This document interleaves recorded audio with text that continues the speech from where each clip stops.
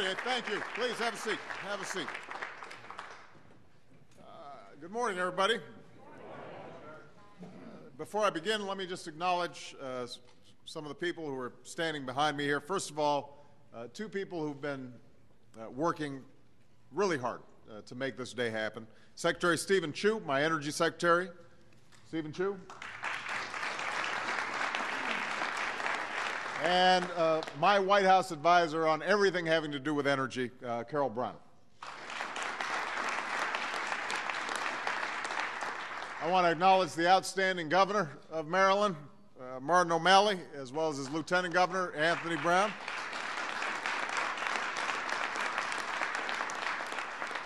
We've got Mark Ayers from the building trades and Billy Height from the UA plumbers and pipe fitters. Give them a big round of applause.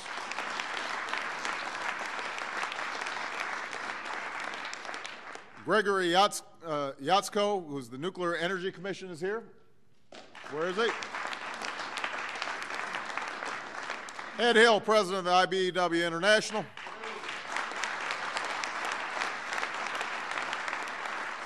And I want to thank Chuck Graham and everybody here at Local 26 for their great hospitality.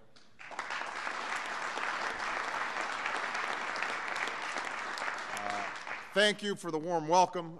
Thanks for showing me around. I was just mentioning that I got a chance to pull the first fire alarm since I was in junior high. And I didn't get in trouble for it. This is an extraordinarily impressive facility where workers are instructed on everything from the installation of sophisticated energy hardware and software to the basics of current and resistance. We need to look no further than the workers and apprentices who are standing behind me to see the future that's possible when it comes to clean energy. It's a future in which skilled laborers are helping us lead in burgeoning industries. It's a future in which renewable electricity is fueling plug-in hybrid cars and energy-efficient homes and businesses. It's a future in which we're exporting homegrown energy technology instead of importing foreign oil. And it's a future in which our economy is powered not by what we borrow and spend, but what we invent and what we build. That's the bright future that lies ahead for America. And it's a future that my administration is striving to achieve each and every day. We've already made the largest investment in clean energy in history as part of the Recovery Act, an investment that is expected to create more than 700,000 jobs across America, manufacturing advanced batteries for more fuel-efficient vehicles, upgrading the power grid so that it's smarter and it's stronger, doubling our nation's capacity to generate renewable energy. And after decades in which we have done little to increase the efficiency of cars and trucks, we've raised fuel economy standards to reduce our dependence on foreign oil while helping folks save money at the pump. But in order to truly harness our potential in clean energy, we're going to have to do more, and that's why we're here. In the near term, as we transition to cleaner energy sources, we're going to have to make some tough decisions about opening up new offshore areas for oil and gas development. We'll need to make continued investments in advanced biofuels and clean coal technologies, even as we build greater capacity in renewables like wind and solar. And we're going to have to build a new generation of safe, clean nuclear power plants in America. That's what brings us here. Through the Department of Energy, under the leadership of Nobel Prize-winning physicist Stephen Chu. Although, just a quick side note, when he was talking to some of the instructors here, and they were talking about currents and this and that and the other, I indicated to him that he could have saved a lot of money. Instead of getting a PhD, he could have come here and learned some of the same stuff. But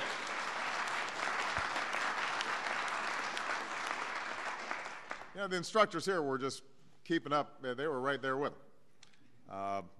But through the Department of Energy and Secretary Chu's leadership, we are announcing roughly $8 billion in loan guarantees to break ground on the first new nuclear plant in our country in 3 decades. the first new nuclear power plant in nearly 3 decades.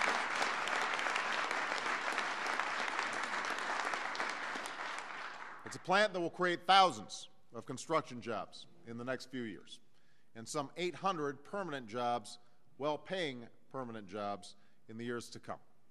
And this is only the beginning. My budget proposes tripling the loan guarantees we provide to help finance safe, clean nuclear facilities. And we'll continue to provide financing for clean energy projects here in Maryland and across America. Now, there will be those that welcome this announcement, those who think it's been long overdue. But there are also going to be those who strongly disagree with this announcement. The same has been true in other areas of our energy debate, from offshore drilling to putting a price on carbon pollution. But what I want to emphasize is this. Even when we have differences, we cannot allow those differences to prevent us from making progress. On an issue that affects our economy, our security, and the future of our planet, we can't keep on being mired in the same old stale debates between the left and the right, between environmentalists and entrepreneurs. See, our competitors are racing to create jobs and command growing energy industries. And nuclear energy is no exception. Japan and France have long invested heavily in this industry. Meanwhile, there are 56 nuclear reactors under construction around the world, 21 in China alone, 6 in South Korea, 5 in India. And the commitment of these countries is not just generating the jobs in those plants, it's generating demand for expertise and new technologies. So make no mistake, whether it's nuclear energy or solar or wind energy, if we fail to invest in the technologies of tomorrow, then we're going to be importing those technologies instead of exporting them. We will fall behind. Jobs will be produced overseas instead of here in the United States of America. And that's not a future that I accept. I know it's been long assumed that those who champion the environment are opposed to nuclear power. But the fact is, even though we've not broken ground on a new nuclear power plant in 30 years, nuclear energy remains our largest source of fuel that produces no carbon emissions.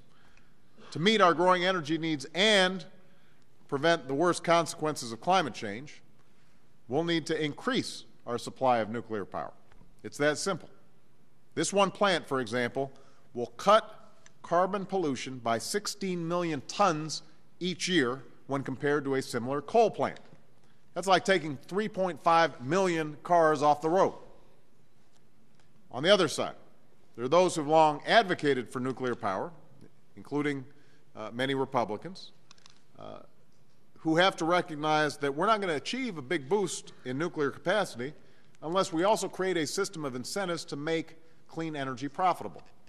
That's not just my personal conclusion. It's the conclusion of many in the energy industry itself, including CEOs of the nation's largest utility companies. Energy leaders and experts recognize that as long as producing carbon pollution carries no cost, traditional plants that use fossil fuels will be more cost-effective than plants that use nuclear fuel. That's why we need comprehensive energy and climate legislation, and why this legislation has drawn support from across the ideological spectrum. I raised this just last week with congressional Republican leaders.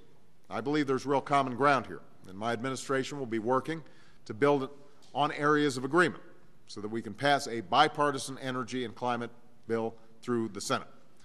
Now, none of this is to say that there aren't some serious drawbacks with respect to nuclear energy that have to be addressed. As the CEOs standing behind me will tell you, nuclear power generates waste, and we need to accelerate our efforts to find ways of storing this waste safely and disposing of it. That's why we've asked a bipartisan group of leaders and nuclear experts to examine this challenge. And these plants also have to be held to the highest and strictest safety standards to answer the legitimate concerns of Americans who live near and far from these facilities. That's going to be an imperative. But investing in nuclear energy remains a necessary step. What I hope is that with this announcement, we're underscoring both our seriousness in meeting the energy challenge and our willingness to look at this challenge not as a partisan issue, but as a matter that's far more important than politics. Because the choices we make will affect not just the next generation, but many generations to come. The fact is, changing the ways we produce and use energy requires us to think anew, it requires us to act anew, and it demands of us a willingness to extend our hand across some of the old divides, to act in good faith, and to move beyond the broken politics of the past. That's what we must do. That's what we will do. Thank you very much, everybody. Appreciate it.